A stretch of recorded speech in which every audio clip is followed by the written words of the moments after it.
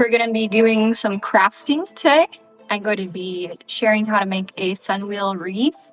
Um, we will see how that goes because I'm not quite sure if the sticks I have are going to be the right size, but we will try.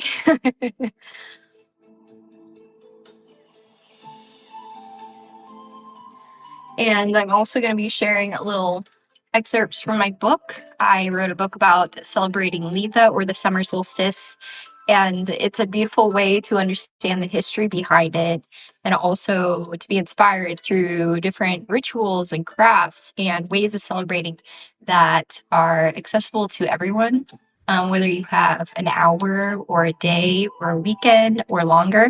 It has lots of different ideas for celebrating, and we're coming right up to it. It's kind of this weekend, so oh, hi Dana, welcome to the live. I was just sharing that we're going to be crafting a sunwheel today, actually using this wreath that I've been reusing over and over again. I made it from one of the bushes out front, and as you can see, all the leaves are pretty dead at this point, but we're going to be kind of refreshing it and adding a sunwheel to the inside of it.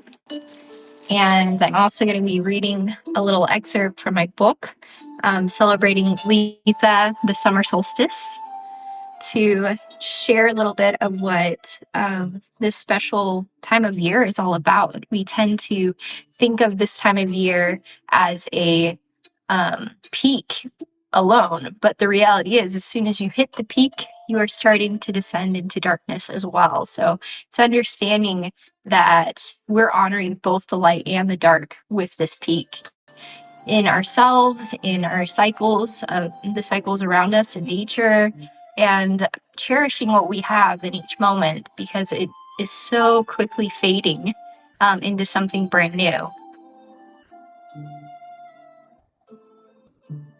All right. Well, I think we have a few people here now. If you are not familiar with Litha, can you drop a comment in the chat and just let me know? I'm kind of curious to know how many of you are currently celebrating or have no idea what it is.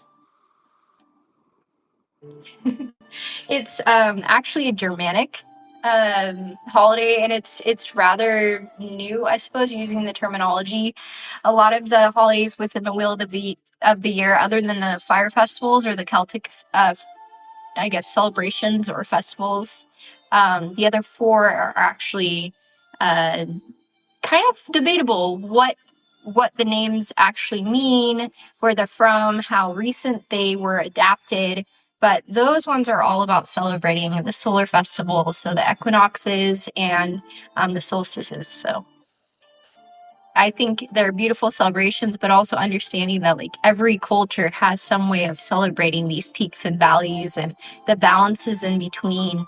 And so understanding that and reaching for our own ancestral understandings is essential right now, especially as we're all feeling maybe a little bit out of balance, a little disconnected from reality because we're trying to disassociate because everything is insane and chaotic right now. So just doing some simple practices like crafting from nature around you or baking something delicious can really help bring you back into the present moment and remind you of how precious this time is that we have. And in the midst of darkness, we need to continue to find the light because there is power in hope. There is power in dreaming, and we need to hold on to that for the rest of the collective. It's essential that we do, that the light is not diminished because of the darkness that is happening. So I thought I would just read to you a little bit from the introduction of my book. As I've said, it's called Celebrating Litha, the Summer Solstice. So it's standing at the threshold of light. There is a moment each year when the earth feels stretched to its fullest expression, like a deep breath held at its peak before the slow exhale begins. The bees drift lazily between blooms and their bodies heavy with golden pollen. The flowers open wide and unguarded, petals reaching toward a sun that seems reluctant to set. The air shimmers with warmth and carries the mingled scent of rose, honeysuckle, and fresh-cut hay. It's a fullness so complete, it almost aches, a beauty so abundant, it already holds the first seed of its own turning, the quiet reminder that all peaks must yield to valleys, all light must dance with shadows. This moment is called Litha in Germanic traditions, and the summer solstice to astronomers, and the midsummer across much of Northern Europe, from Sweden's midsummer to bonfire nights of British Isles, where it remains one of the most beloved feasts of the year. Across our spinning world, this longest day has gathered as many names as there are people who have turned their faces toward the sun in gratitude. And the Lakota know it as the time of a sun dance. In Latvia, bonfires blaze for Jane, and while voices rise in ancient songs that carry the memory of countless summers. Japanese families climb Mount Fuji to greet the sunrise, and in India, practitioners perform 108 sun salutations, their bodies becoming prayers offered to the light. From the stone circles of Britain to the pyramids of Egypt, from the Arctic communities celebrating under the midnight sun to Southern Hemisphere dwellers. Pardon me, I'm dyslexic, so this is a challenge for me to read out loud. Marking their winter solstice, humanity has always paused at this cosmic turning point. This book is named for Litha, drawing from the Old English term recorded by the 8th century monk Bede, but it speaks to something far older than any single tradition. It speaks to the moment when we stand in the full power of our becoming, when the light within us recognizes the light around us. And we're called to celebrate not just the sun's journey across the heavens, but our journey across the landscape of spirit and season. I come to you not as a master of any single unbroken lineage, but as a fellow seeker who has spent years studying how our ancestors across many lands honored this time when earth and sky dance their closest dance. And what I offer here isn't the way to celebrate the solstice, as if there were only one. It's many ways, drawn from both ancient wisdom, modern innovation, so that you might or create a practice that honors both tradition and your authentic self. In these pages, you'll meet the Lithuanian seekers searching for the fern flower that blooms only on midsummer night, and the Hopi sun priest watching the horizon for the moment the sun stands still. You'll learn why St. John's wort gathered at midsummer was prized from the medieval England to ancient Greece, and how modern science confirms what herbalists always knew about peak plant potency. You'll find recipes for a campfire under star-bright skies, or a studio apartment where the sacred lives in intention ritual for a forest grove or a fire escape garden, and crafts that welcome all hands, whether steady or shaking, young or aged. So if you're curious about reading more and are interested in my book, it's an ebook, and I have it linked in one of my recent notes, but it's also linked in my profile under the icon that's the link next to my publication. And if you purchase it, it's just a PayPal link, so it will notify me that you've bought it, and then after this live, I will send you the PDF of the book, because I have not automated that yet, because I am not terribly techy. But yeah, I'm really excited to be here with you guys. This is kind of a strange interaction, because unless you guys interact in the chat, it's kind of a one-way conversation, and I don't know if anyone said anything yet. Nope, doesn't look like it. And so often I'll go live with other people because I get nervous about just talking to myself on the screen. But I'm going to do my best, and hopefully you're enjoying this so far. And I'd love to know what the weather's doing in your area. Right now we're having about 85-degree days and very humid. It's kind of peak summer weather. We have lots of sunflowers blooming in our backyard, and our squash has been kind of threatening to take over the entire yard.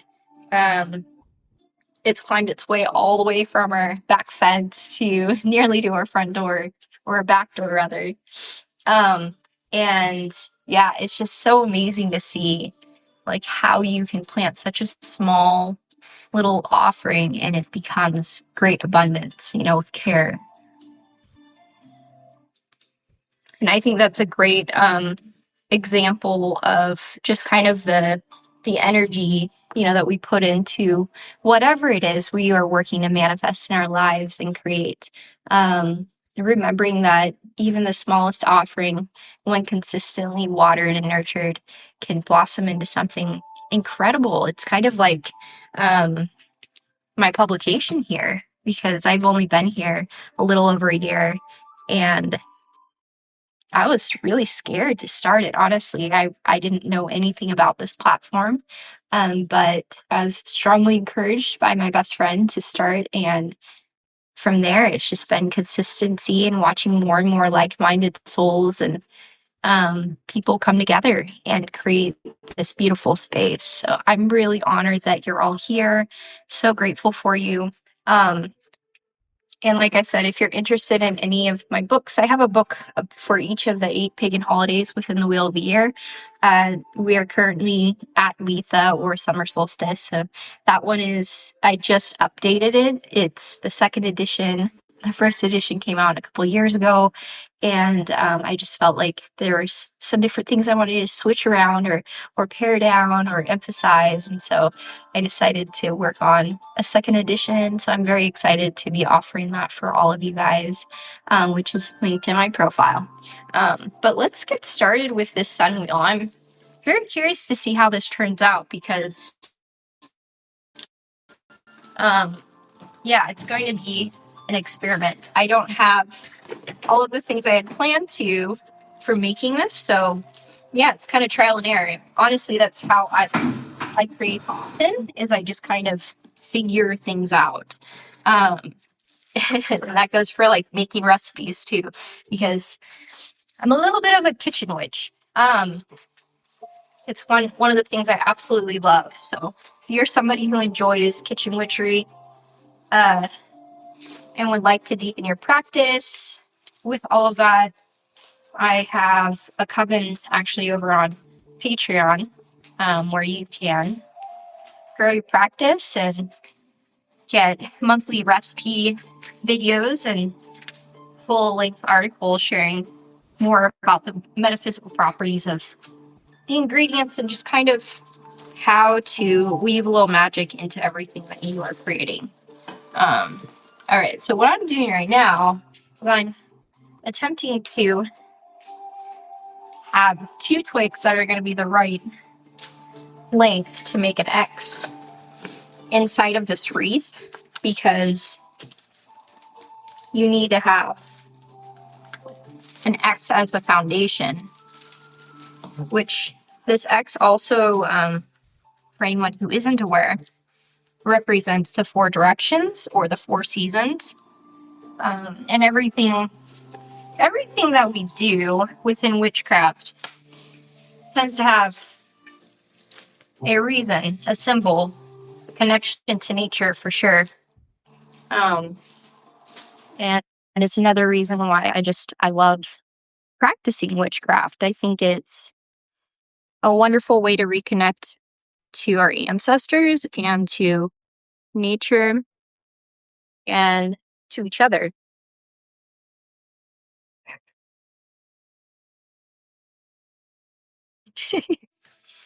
All right.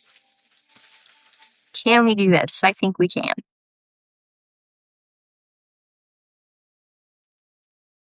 I was looking in my backyard for some sticks, but all of them have been put in our tomato garden space to try and support the tomatoes that have gone absolutely insane, which is awesome. I'm grateful for so many tomatoes. But if anyone here has grown tomatoes, you understand that if they don't have proper support, they kind of go insane and can kind of like root themselves in and like grow down to the ground and vine up. And so it's a little bit of a jungle out there, which is really beautiful, but it's also chaos. Okay, so it looks like we have a pretty good X here. And like I said, this represents the 4 directions. Pardon my sniffles, because I'm still kind of getting over a little bit of a bug and allergy stuff. But so this represents the 4 directions and the 4 seasons. Some people, like more of a modern take on it, would be a 6 direction one, but this is more of the ancient tradition, the 4 directions, and it's the one that resonates the most with me. And it's the one that shows up also quite often in many different cultures. So you have like the indigenous who live in the Americas. They have a medicine wheel that's also divided into 4. And I think, like I said, most cultures do have some way of honoring the 4 directions, the 4 seasons. And it's just a beautiful reminder of the seasonality of life, the seasonality of all relationships, and also the sun being a circle. It represents the sun as well, or the moon, or any planet. Have any of you guys made a sun wheel before? I'm just kind of adding in some extra greenery around the edges. There you go.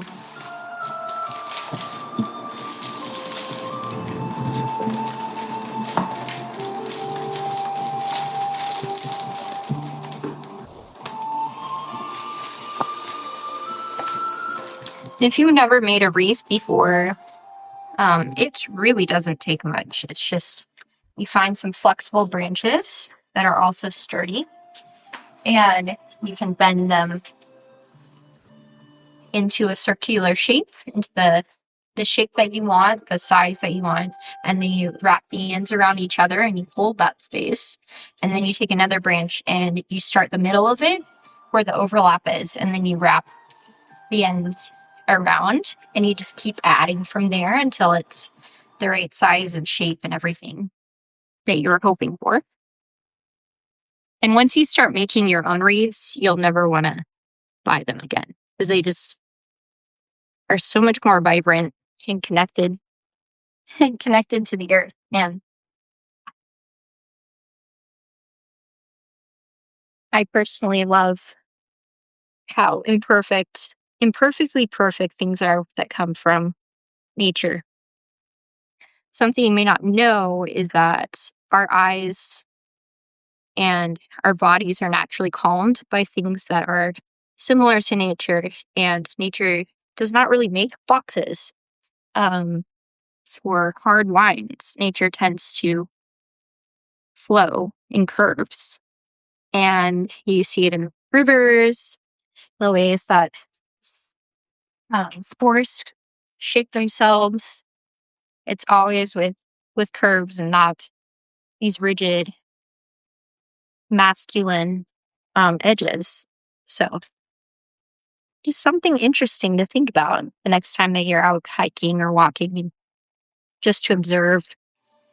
And that's why, like, if you go into a round house or a round building or a round room, it tends to really calm your mind and body, which you may not have even noticed before. But maybe you will be more aware of it now.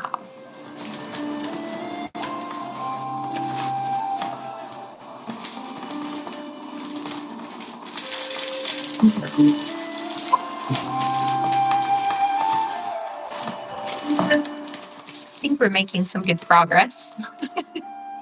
I know it doesn't look like much right now, but hopefully it will very soon.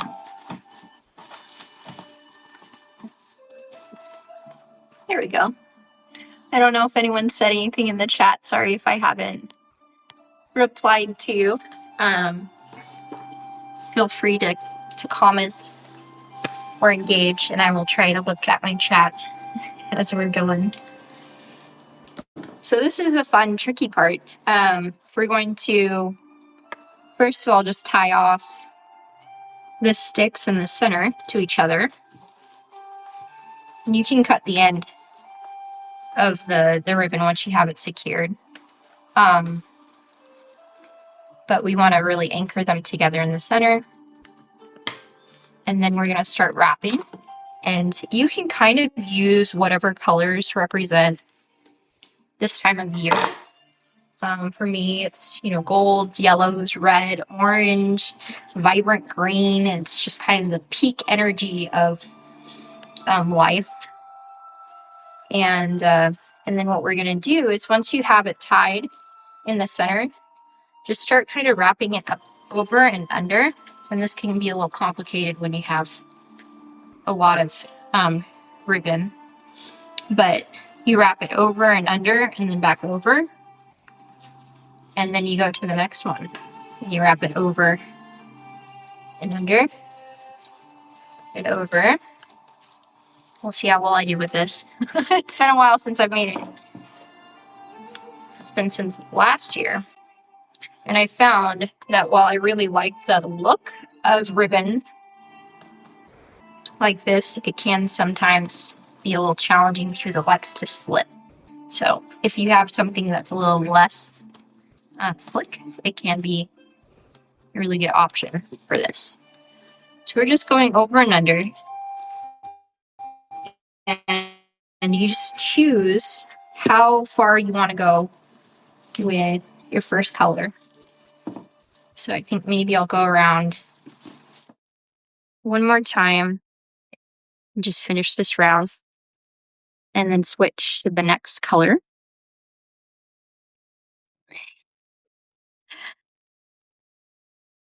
Okay, so I'm going to cut it off now. And I have yellow and red also over here. So I'm going to go with yellow next. And you'll just tie the ends together. Like that. And then we just want to wrap it around so you can kind of hide that end. There's a little trial and error. So I'm just wrapping it around until the knot is kind of hidden. Like so. And then we'll go on to the next branch.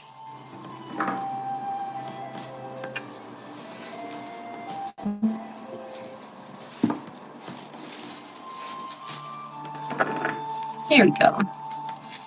And I have this craft and many others, along with like some intentional gifts that you can offer to loved ones or people in your community. I think the festivals are a wonderful time to kind of give back to each other. And so I always include a gift section in all of my books. Because I think it's really important that we do give back. And our souls need that. I So there's a gift section and there's a recipe section. I was planning on trying to make these sunflower seed cookies with all of you guys on this live, but I just kind of ran out of time getting everything ready and being a toddler mom. Just a little too much chaos going on this morning and afternoon. But as you can see, it's starting to really come together. So I'm going to, I think I'm going to stop the yellow here because I like having a good border of red. I think it looks really beautiful and it feels energetically powerful to have the red pretty abundant on the edges. So we're just going to, just like before, cut off the ribbon and then add the next color.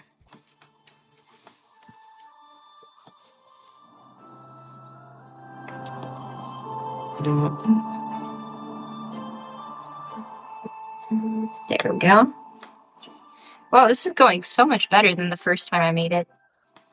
The first time I made it, I had no idea what I was doing, quite honestly. I was just trial and error, wrapping and wrapping and unwrapping. And I think that these sticks are actually way better than the sticks I used before because they have a little bit of like texture from the twigs and stuff that I broke off. So maybe that's another um, thing to look for when you're choosing sticks, is something that has a little bit more texture. Okay, I think we have the knot pretty well covered.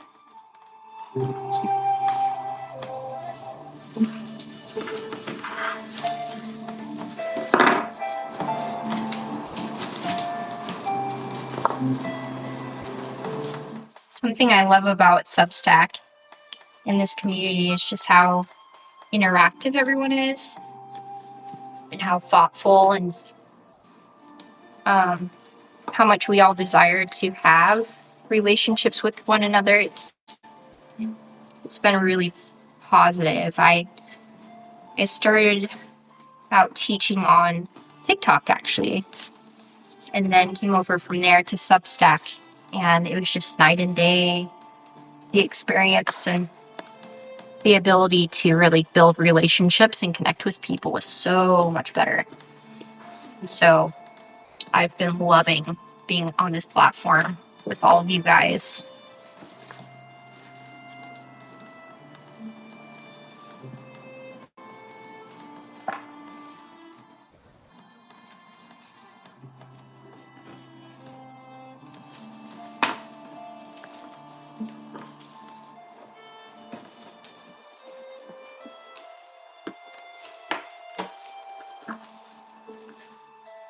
Okay, I think we're getting close. I think I might do maybe one more round. We'll see. I'm also running out of ribbon, so maybe not. Okay, we're gonna tie it off on this next spoke because, like I said, I'm running out of ribbon. So what I'm gonna do is I'm gonna just tie it off in the back, and I'm gonna see how I can do that without having it look kind of funky. Maybe I'll go up and around. Maybe. We will see how this goes.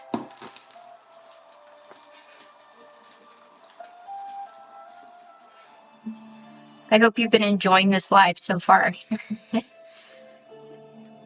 I don't really know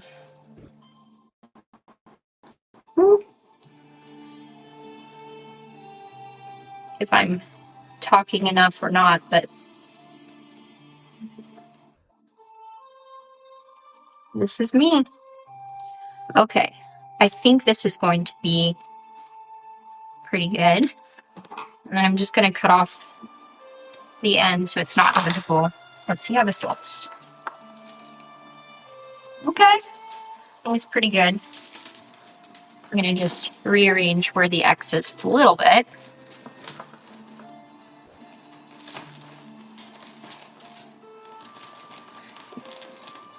Just center it slightly more.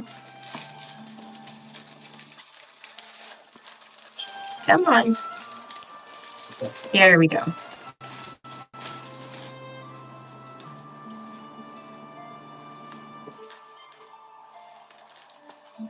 Okay, I think that's pretty good. So here we go. Like I said, it's not perfect, but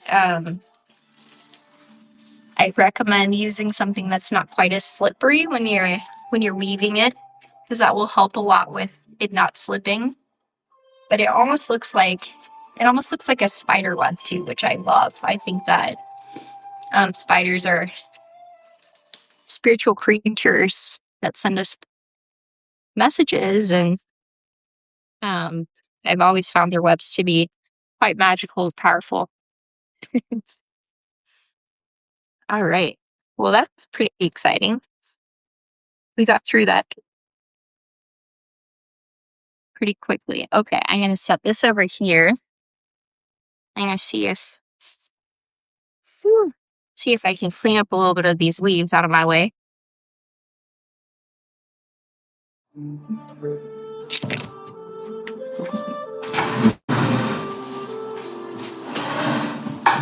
Okay. I felt like looking a little fairy-esque. It felt like the right thing for the season, also this holiday. So I haven't gone live in quite some time. I was gonna go live for Beltane or Beltane, but my whole family was sick, which is no fun. I hope all of you have been staying well, and that you have some fun plans for this weekend. And if you are celebrating Father's Day, that it's a really positive experience. And if you have mixed feelings about your own father, I understand. I understand very well. Um, I think there can be gratitude for the lessons that they've taught you, whether they're positive or negative. There's medicine in both. And I'm sorry if you didn't have the experience that you deserved. You deserve to be nurtured and loved and held. And I think there are so many lessons within nature that can kind of help us feel held, even when we feel like there's emptiness from lack of positive relationships with essential people in our lives.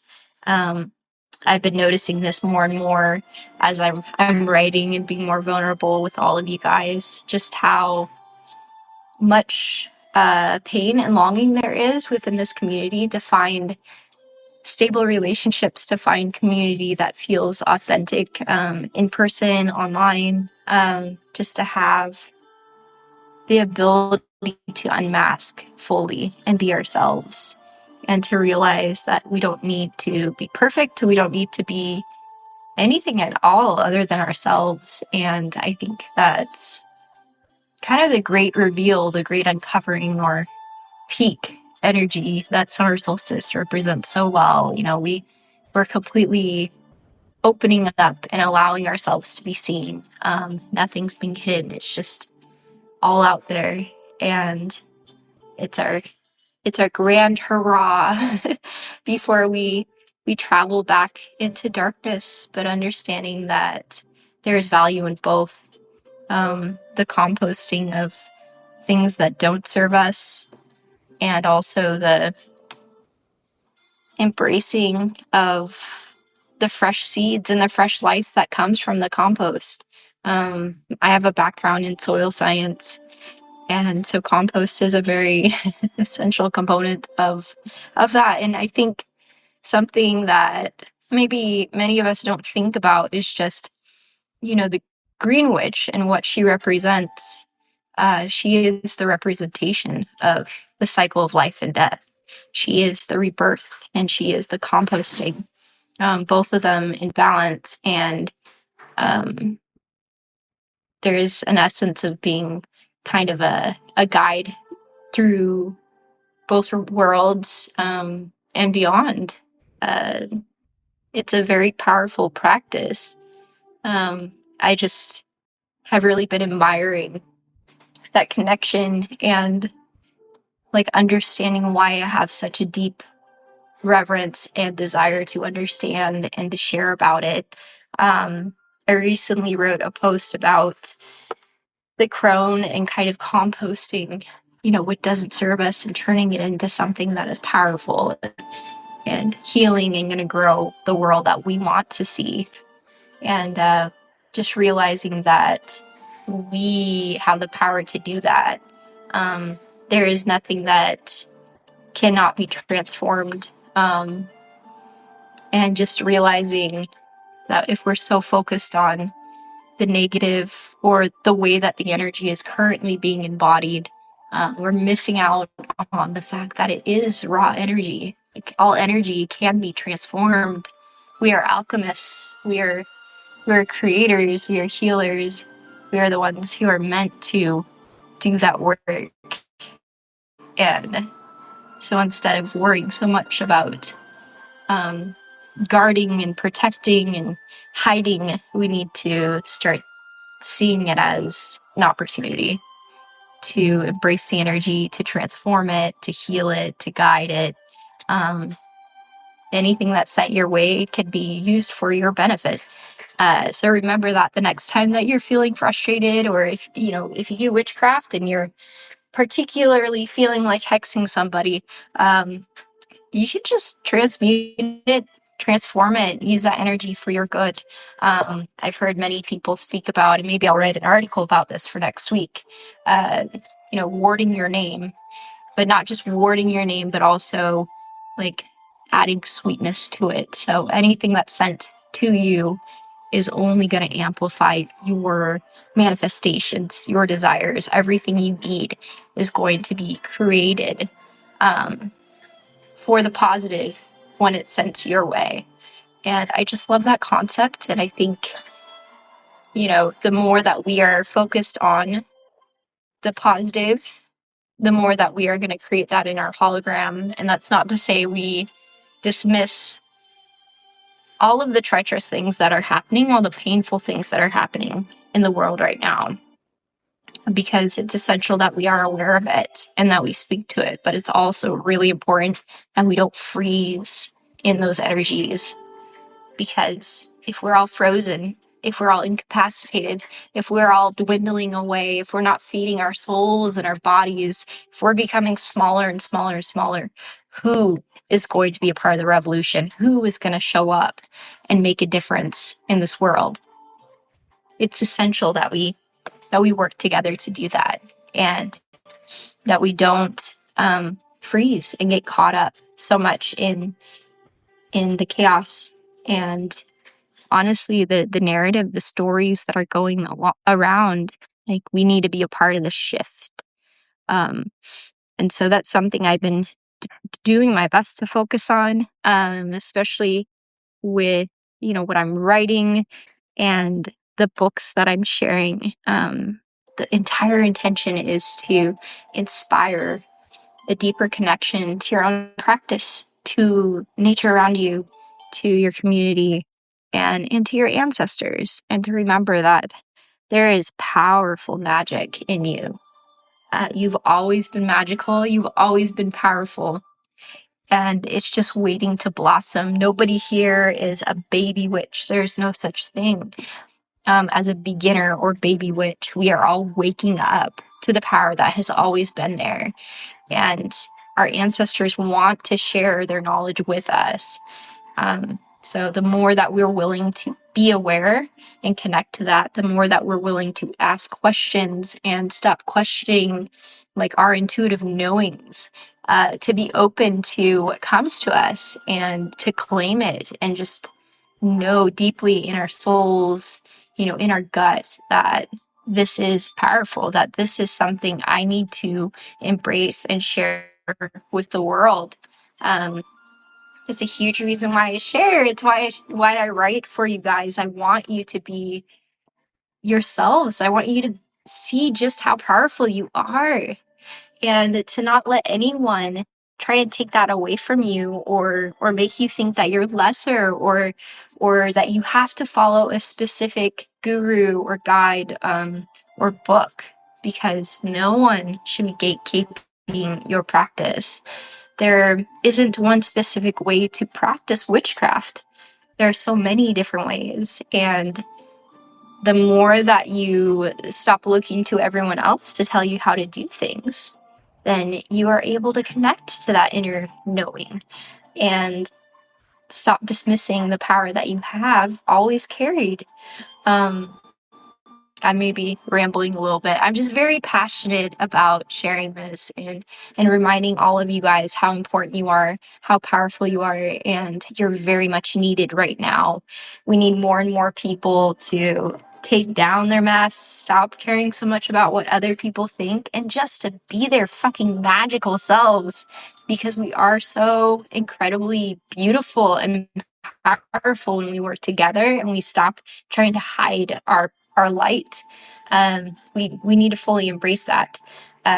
So yeah, I'm probably just rambling, but like I said, love sharing about this kind of stuff, and it's been a very deep passion of mine, especially coming out of my religious background, growing up in a cult, just realizing how aimless you might feel when you leave a structure like that, or maybe you've never really had like celebrations to guide you through the year. But that's something I really love and appreciate about these different Celtic fire festivals, which are from my ancestors, and the different celebrations of the solar peaks and valleys and the balance in between.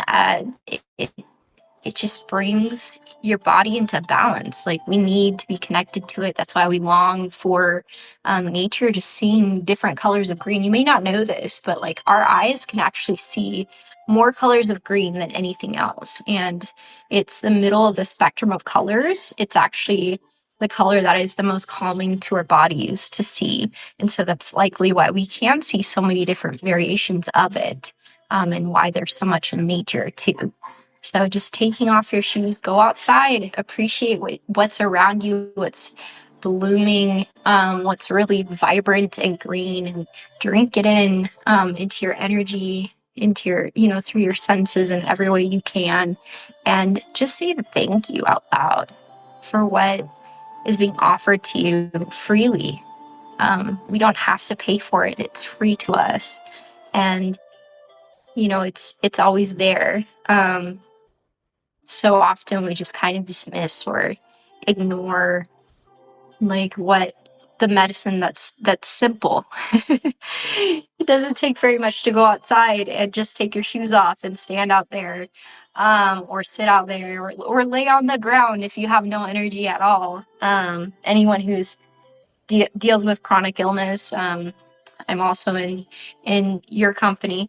It can feel like some days you can't move at all, and everything is hurting, and it seems like you'll never get through it. But I've found that when you go put yourself out on the earth, touch bare ground, um, you start feeling better quite quickly, because your body is charged with these electrons from everything that you're touching, especially when it comes to electronics. And so going outside immediately, as soon as you touch bare earth, it discharges it, neutralizes it, and can help bring our bodies back into balance.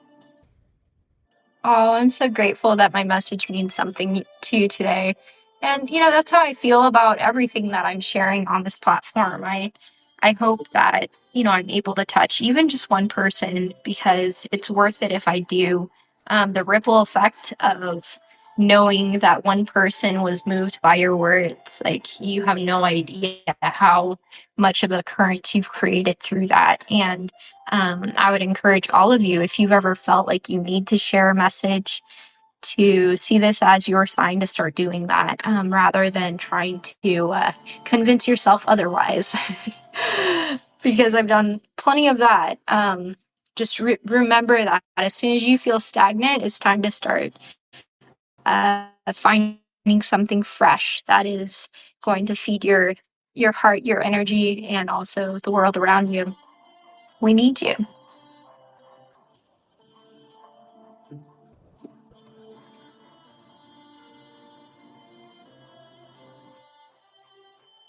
But yeah, we're almost to the solar peak. I can't believe it. It feels like this year has been going so fast.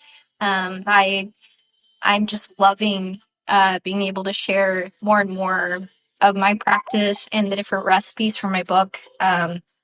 There's this one that's like surprisingly delicious, and it's like a honey roasted sunflower seed cookie. And yeah, I was just so surprised, because sunflower seeds aren't always my favorite, but they are so good in this cookie recipe. And that's been another thing that I've just loved, is just like being able to create new inspiring recipes from what's going on in nature around me.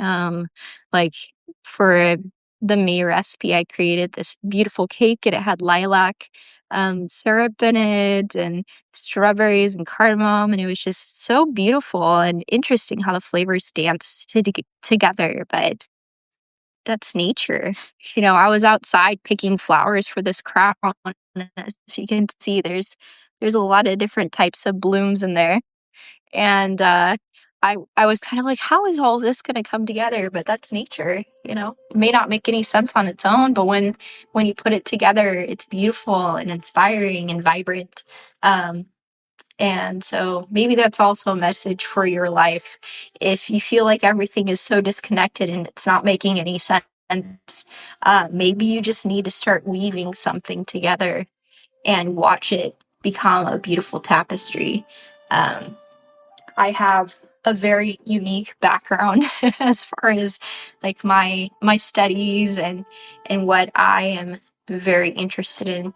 And it's funny because like never would I have thought that I'd be teaching witchcraft and teaching about ancestral wisdom um, on Substack, or like that I would have my own kind of cooking show on Patreon. Like I never thought I would be doing any of that, but um like that's why you can't like put yourself in a box. You never know what opportunities are going to come up. um yeah, and that's just, yeah, it's incredible. I'm just thinking in my mind about all of these things as I'm speaking. Um, but yeah, if you've been questioning yourself about starting something new or trying to even do just a little step toward it, please do stop blocking yourself, and realize that even if you fail, it's not really failure. It's just, as I've heard somebody say before, it's just feedback. You're just learning. As long as you do learn from it, it's something you can use in the future. And just like the cycles of nature, you're just going through and figuring out what serves you, what doesn't, and replanting or composting for the next time. Um, there's always next year, and as my daughter likes to say, because she picked all the tomatoes before they were ripe last year, and she said it's okay. They'll always come back in the spring or something like that. And I was just laughing so hard because it's true. Um, it's not the end. We just gotta wait for the wheel to turn once more. But I think I'm probably gonna sign off here because I don't really have anything else specific I wanted to share with you guys. I'm just kind of going off the cuff or the top of my mind, whatever you want to say. Uh, but if you're interested in my book, it's called Celebrating Litha Summer Solstice. It's an ebook available for purchase in the links in my bio. I also have it linked in my notes as one of my recent notes. So if you're interested in that, please go check it out. It shares the histories of this celebration this time of year and some different ways to honor it through crafting and recipes and gift giving and ritual. So thank you so much for being here. In lovely root and ritual, may you all find your own connection to the earth and ways to practice that bring healing and balance to you and yours. I love you dearly and have a wonderful celebration.